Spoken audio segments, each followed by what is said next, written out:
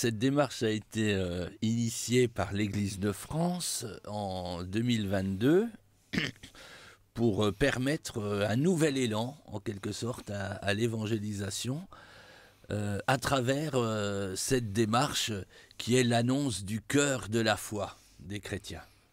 Donc retrouver cette annonce et dans toutes les dimensions de la vie chrétienne, pas seulement dans la catéchèse, mais en sachant que c'est toute l'Église, hein, c'est chaque chrétien, c'est toute l'Église, et dans toutes les dimensions de la vie de l'Église, qui sont invités à faire cette annonce du cœur de la foi.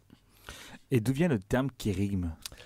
Alors, le mot kérygme signifie justement annonce à voix haute, à haute voix. Ça veut dire une annonce explicite du cœur de la foi, pas seulement implicite, à travers des attitudes, des gestes, voilà, que l'Église soit un lieu de service des plus petits, par exemple, comme on l'a manifesté dans la démarche Diaconia un peu plus tôt, mais que, ben voilà, dans la situation de l'Église au cœur du monde aujourd'hui, un monde à réévangéliser en profondeur, eh bien, il faut une annonce explicite, à haute voix, explicite, du cœur de la foi des chrétiens.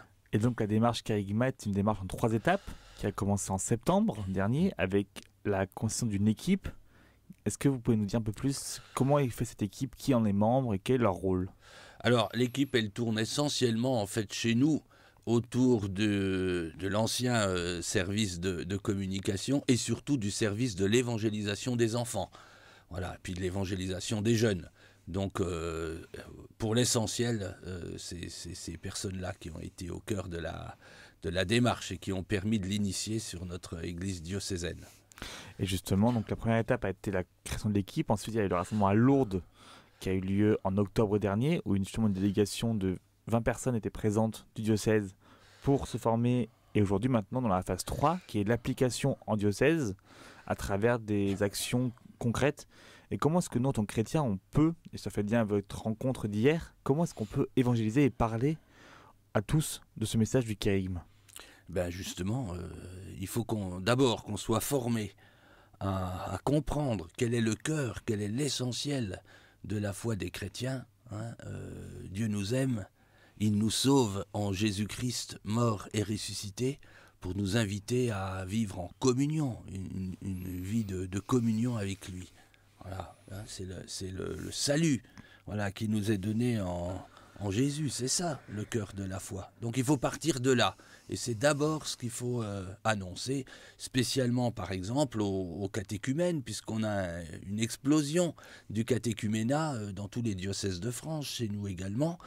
Eh bien, il faut aller au cœur, vraiment. Hein.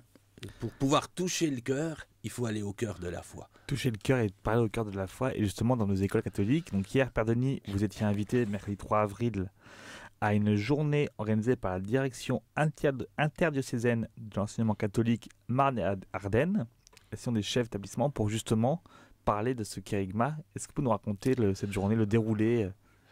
Alors, l'idée première, c'est sans doute de permettre une rencontre qui n'a pas eu lieu depuis bien des années entre les chefs d'établissement, les APS, c'est-à-dire les adjoints ou les animateurs en pastoral scolaire, et puis les prêtres référents, les prêtres qui interviennent sur les établissements. Donc nous étions une centaine, et c'est de croiser les regards en fait de ces 3 catégories de personnes qui sont au cœur de la pastorale et de l'annonce de la foi dans les écoles catholiques.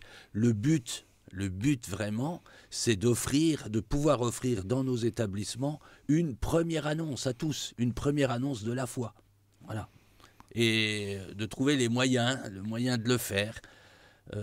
Alors, on était plus autour du moyen que, d'ailleurs, pendant cette journée, que concrètement autour du kérygme. Voilà. Hein, oui, c'est ce qu'il faut annoncer. Quels sont les moyens, du coup, mis en place pour annoncer le kérygme dans nos écoles ? Alors, le partage principal a été autour de la reconnaissance, en fait, des besoins des uns et des autres, les APS, les chefs d'établissement, les prêtres référents, quoi ils ont besoin pour entrer dans cette dynamique d'annonce du cœur de la foi. Voilà. Donc, il y a un certain nombre d'éléments qui ont été listés, qui pourront être retravaillés pour donner des recommandations, autant aux chefs d'établissement qu'aux prêtres qui interviennent, et puis aux APS qui sont avec les chefs d'établissement en charge de la pastorale sur les établissements scolaires, de leur donner des éléments qui leur permettront d'être, on va dire, plus efficaces, et puis plus au cœur, voilà, de cette annonce de la foi. Est-ce qu'un calendrier a été prévu? D'autres rencontres sont déjà prévues pour suivre ce dossier ou pas encore? Ou il est encore tôt pour justement voir les évolutions?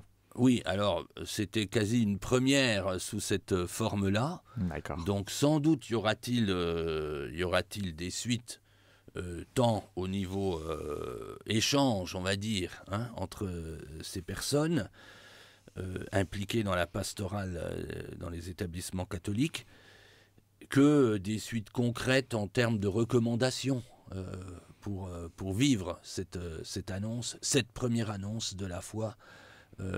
L'idée, c'est qu'elle doit être offerte à tous, et pas seulement à des volontaires. Elle doit être offerte à tous parce que c'est le devoir, en quelque sorte, de l'école catholique de permettre un chemin de rencontre avec le Christ, et puis ça au cœur de la tâche éducative qui reste première, évidemment.